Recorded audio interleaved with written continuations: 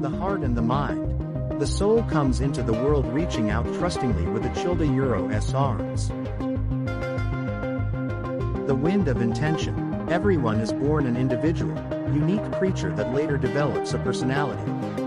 Thoughts, knowledge, convictions, habits, even character, gradually build up like layers of plaque. These parts of the self obviously do not come out of nowhere, and yet what is there of us originally? Could we all really have begun as a completely clean sheet? Just try for a moment being a completely clean sheet. Close your eyes and stop the mental chatter. If you contemplate the blackness, you will manage not to think for a short period of time. For a moment your mind will be completely empty, and yet you do not stop being yourself in this moment. The activity of the mind is temporarily halted, but a sense of the integrity of the self remains. How do you explain that you are in fact you? An awareness of personal identity usually comes from one's position in society. Yet imagine for a moment that the social environment has disappeared and that you are just hanging in the empty space of the cosmos.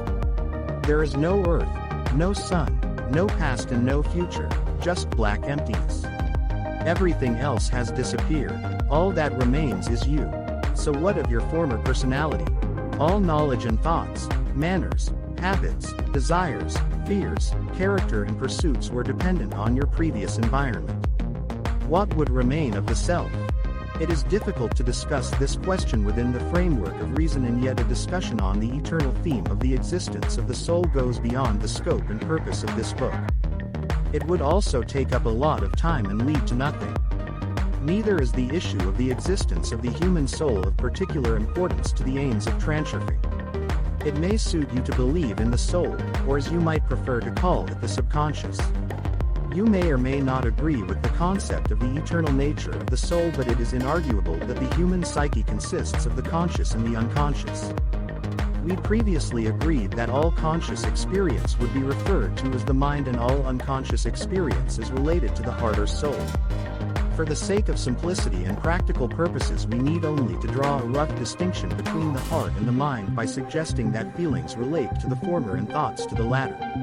States of elation, openness and inspiration, as well as oppression and depression, depend on the inner feelings of the heart.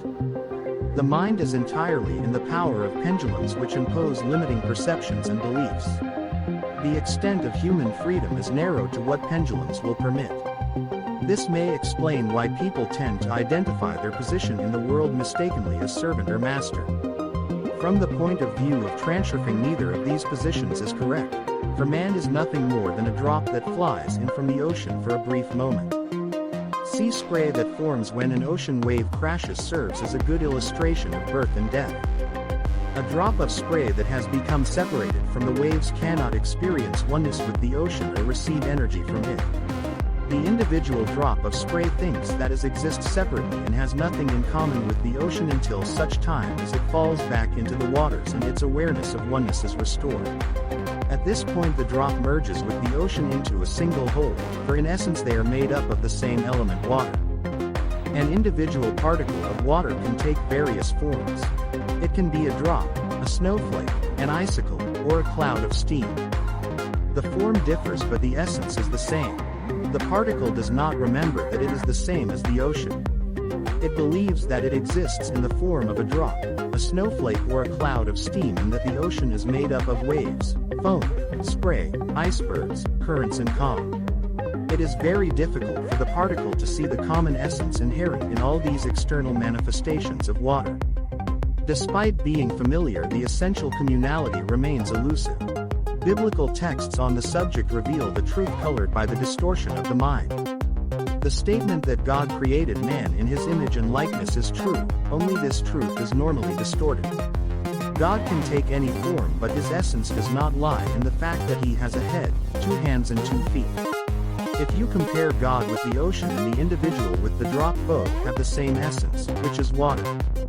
According to the testimony of people who have had near-death experiences, when death is close by, the soul experiences an inexplicable serenity and bliss that comes from a feeling of oneness with the cosmos. In a sense, the drop has returned to the ocean and rediscovered the awareness of its true essence, knowing that it consists of the same substance as the ocean. In that moment, the entire energy of the ocean passes through the drop. Throughout the history of human civilization, man has always sought a feeling of connectedness with the universe. In pursuit of spiritual perfection, all religious schools have ultimately striven for the same goal of reaching enlightenment, of experiencing a sense of oneness with the world, of dissolving into the ocean of energy, losing awareness of the self as a separate essence. An enlightened master has all the energy of the universe at their disposal. They see no fundamental difference between themselves and infinity. Their thought energy enters into resonance with the energy of the ocean. Then the intention of the enlightened becomes identical to outer intention, the powerful and unfathomable force that rules the world. When a kite is the right shape, it will climb up through the air straits. In the same way, the wind of outer intention lifts a person up and carries them through the field to a sector that corresponds to the quality of their thought energy. In order to travel purposefully through the space, you have to be able to feel the wind of outer intention as clearly as you feel currents of air or water. Until a person becomes conscious of their essence and the nature of their oneness with the ocean, the workings of outer intention will be beyond their grasp.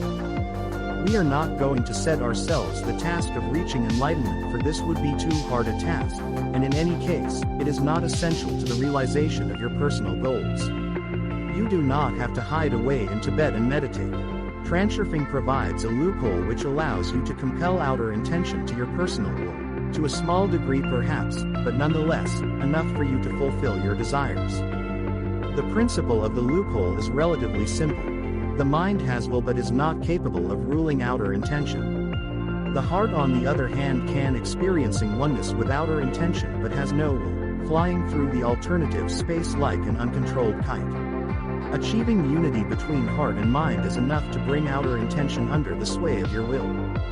Creating a harmonious connection between heart and mind is a difficult but nonetheless realistically achievable task. As we saw earlier, the effect of outer intention is quite tangible when it comes to working against the will of the conscious mind and materializing our worst expectations. What we need to do now is to understand how our best expectations can also be realized.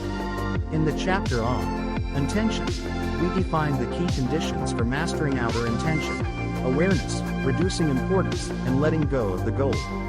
Soon you will discover new secrets of transurfing which will open more doors onto the mysterious world of outer intention. The heart's sail. People generally tend to interpret themselves and other physical phenomena in the world as essentially material objects. Yet all material objects have one informational and energetic essence in common which defies conventional perception. It is this essence that directs the behavior of material realization in the alternative space. The language of abstract symbols we are used to referring to is only sufficient to describe the outer manifestations of this informational and energetic essence. The original essence itself cannot be unambiguously described using the language of the mind, hence the magnitude of philosophical and religious movements that have attempted to do so. Human perception is like this because we have been taught since early childhood to concentrate our attention on separate elements. Look at Lalia. These are your hands and these are your feet. And this is your porridge. Look at the bird. Our perception continues to be shaped and conditioned throughout our entire life, and so the mind constantly channels data according to an established template of how the world is described. For example, if someone has never seen another person's energy field, the mind will be reluctant for the eyes to perceive it because it is not consistent with the established template. In childhood, No one ever drew our attention to auras, and so they were excluded from the template we use to describe the world. Now we understand theoretically that the aura exists, but our ability to perceive it visually is poorly developed. The mechanism of perception still remains a puzzle. Our current understanding is such that only certain elements of it can be discussed with any clarity. Ants, for example, have never seen the stars. They have never seen the sun, mountains, or even the forest. Their vision is designed so that from birth they only focus on objects that lie in close proximity. An ant's perception of the world differs radically from our own.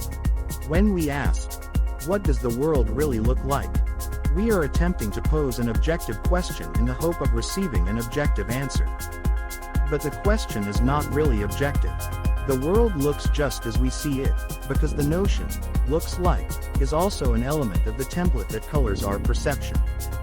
In the template of a blind mole, for example, the notion, "looks like," simply does not exist. The world demonstrates itself to us in accordance with our template of perception, and at the same time, the world does not actually look like anything. There is no point in claiming that the world looks as it always has done, or looks like an accumulation of illuminated energy or anything else. There is only any point to speaking of the individual manifestations of reality that we are capable of perceiving. Consciousness is a product of human society and emerges from the concepts and definitions that surround us. Whereas the soul, subconscious, is part of man from birth, consciousness is acquired as the surrounding world becomes defined by ideas and definitions in terms of human language. The world does not only exist because people have described it using their own concepts. In this sense, the human soul will always be illiterate, for it does not understand the human language of words. The heart is only capable of understanding the things we call feelings. First a thought emerges, and only afterwards is it formulated in words. You do not have to have words to think. Thoughts are primary, not words, and thoughts are the language the subconscious can understand. There is no point in trying to communicate with the subconscious in the language of the intellect. The existing set of concepts society uses is far from sufficient to express the entirety of human experience. As you can see, I was not able to fully describe the nature of outer intention. Fortunately, humanity has preserved one means of universal expression through art. We do not need words in order to understand works of art. Everyone can understand the language of the heart. This is the language of things created with love and passion. When a person walks towards their innermost dream through the right door, i.e. does the thing that suits their soul best, they become capable of creating a masterpiece. This is how art is born. You can graduate from a conservatory and compose colorless music that no one remembers, and you can paint empty paintings that are technically immaculate but no one would proclaim them a masterpiece. Yet, if you can say of a created work that it has something, then it can at least be considered a work of art. What specifically that something is, the critics will explain, but one thing is certain, that something can be understood by all without words. The Mona Lisa's smile speaks in a language everyone can understand. There are no words. Words fall short of expressing the things we understand instinctively. What exactly is being comprehended is not important, as everyone has their own unique way of divining and feeling. You could of course explain that the Mona Lisa's smile is mysterious or that it has an elusive quality, etc., but words are still powerless to explain that special something that makes the painting nothing less than a masterpiece. It is not just the elusive quality of the Mona Lisa smile that evokes such avid interest. Have you ever noticed that the Mona Lisa's smile is similar to the Buddha's smile? People say that the Buddha achieved enlightenment during his own lifetime. In other words, people say that the Buddha, like the droplet of water, experienced a sense of oneness with the entire ocean. In all the pictures of the Buddha, his smile is totally dispassionate, and at the same time it expresses serenity and bliss. It is a smile that can be characterized as an expression of the contemplation of eternity. When you see the Buddha's smile for the first time, it evokes a strange mixture of bewilderment and curiosity, because it reminds you of a drop of something distant and forgotten, the feeling of oneness with the ocean. Any reminder of this distant oneness touches a chord in the heart. When human language emerged, the language of the soul gradually began to atrophy. People focused too exclusively on the language of the mind, and so with time it began to take primary position in our experience. Even the story that explains how this occurred is told in the context of an intellectual concept. A distortion of the process is described in the legend of the Tower of Babel, in accordance with which the gods became angry with man for failing to construct a building that reached the height of the heavens, and so they confounded the languages of man so that the people would no longer be able to understand one another. In essence, the majority of myths and legends express a truth which has been interpreted via mental constructs. Perhaps the high tower serves as a metaphor for the power the people receive when they learn to express their will consciously in the language of the mind. As we have said already, the heart can feel the wind of outer intention, but it is not capable of putting up a sail to harness the wind's force. The will of the mind, however, can put up a sail. Will is an attribute of conscious awareness. The subconscious flight of the heart on the winds of outer intention is spontaneous and uncontrolled, whereas conscious awareness allows personal will to be expressed deliberately. Initially, before the languages of the heart and mind became so divorced from one another, harmonious connection between heart and mind was easily achieved. Later, the mind focused so intently on constructing a worldview based on its own references that its knowledge of outer intention was left far behind. Due to colossal intellectual effort, the mind has achieved outstanding success in the technotronical world of material realization, but has lost connection with everything that is in any way related to the unrealized alternative space. It is because the mind has radically distanced itself from an understanding of outer intention that so many ideas within the Transurfing model seem implausible. The mind can retrieve the knowledge that has been lost, but in order to so there must be a connection between heart and mind. The difficulty is that the heart, unlike the mind, does not think. It knows. While the mind considers the information it receives, passing it through the analytical filter of the template worldview, the heart receives knowledge from the information field directly, without subjecting it to analysis, and communicates with outer intention in the same manner. In order to make this communication more focused, there has to be agreement between the will of the mind and the strivings of the heart. Union between heart and mind is essential. If you can achieve this connection, your heart's sail will fill up with the wind of outer intention and carry you directly to your goal. The wizard within. Your heart already has everything you need to know to realize your desires. Do you remember the story about the Wizard of Oz?